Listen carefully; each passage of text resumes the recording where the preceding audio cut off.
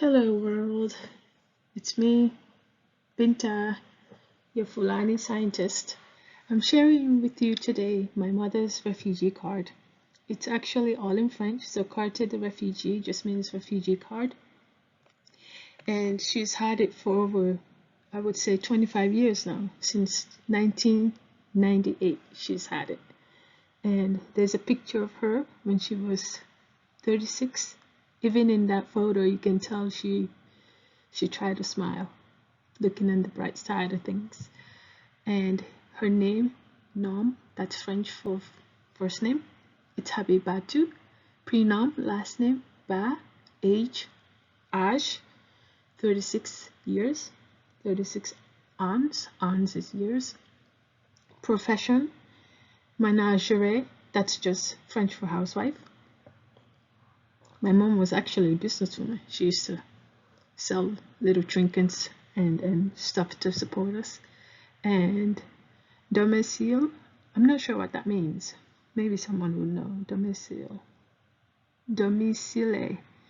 Sogobella. Nationality, now that one I know. Nationality, Leonese. So in French, Sierra Leoneans are referred to as Leonese. Je suis Leonese. I am Sierra Leonean. And here's the date, Fête. Fête à Kisidugu. Kisidugu was the place where we got refugee status because we left Sierra Leone, walked to Guinea, the neighboring country, and ended up in Kisidugu. So Kisidugu, they speak French, they speak Fulani. We speak Fulani in Sierra Leone as well. And Senegal. Fulanis are everywhere. And my grandparents, great-grandparents, actually fled from Guinea and landed in Sierra Leone. It's walkable, I guess. And so many Sierra Leoneans have Fulani in their Fulani descendants. They're from Guinea. Republic de Guinea. So this is the Guinea Republic. And the United Nations High Commissioner for Refugee. It's a refugee agency here in the US that was developed around the I want to say 1950s, 1960s. No, it was 1990s. Their agency that existed after World War II, and they basically help out refugees.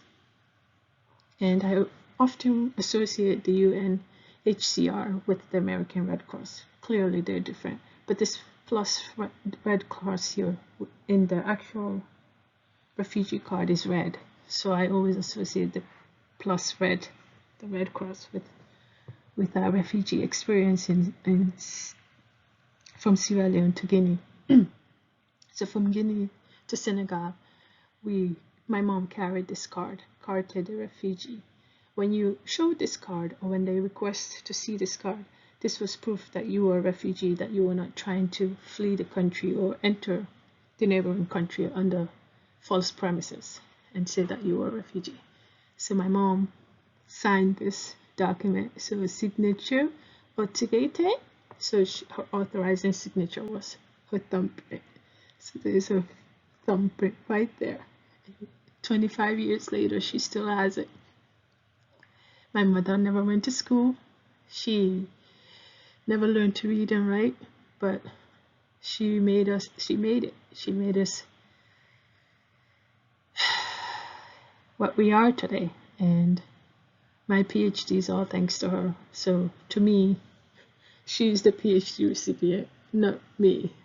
And the fact that she was able to survive this, sign her little thumbprint, her act of kindness, ending up in the US, and her working right after we were initiated. We had ESL classes. She took the book that every citizen, before you become a citizen, everyone has to take this citizenship test. And she studied for a year. She memorized 100 questions and she passed the test. And because of her, I, by default, became a US citizen. But she did it. This woman this housewife that never went to school, that never learned how to read and write. To this day, I'm trying to teach her to read Brown Bear, Brown Bear. And she always, oh, which one comes after? I said, white dog and then black sheep. So it's really fun. To this day, she is just the best person that I know. And I wanted to share this with you, share this with the world.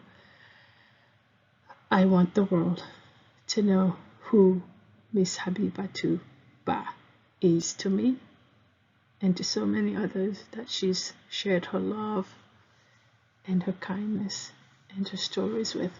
She's very funny too. My mom has a great sense of humor. And I hope one day the world will get to meet her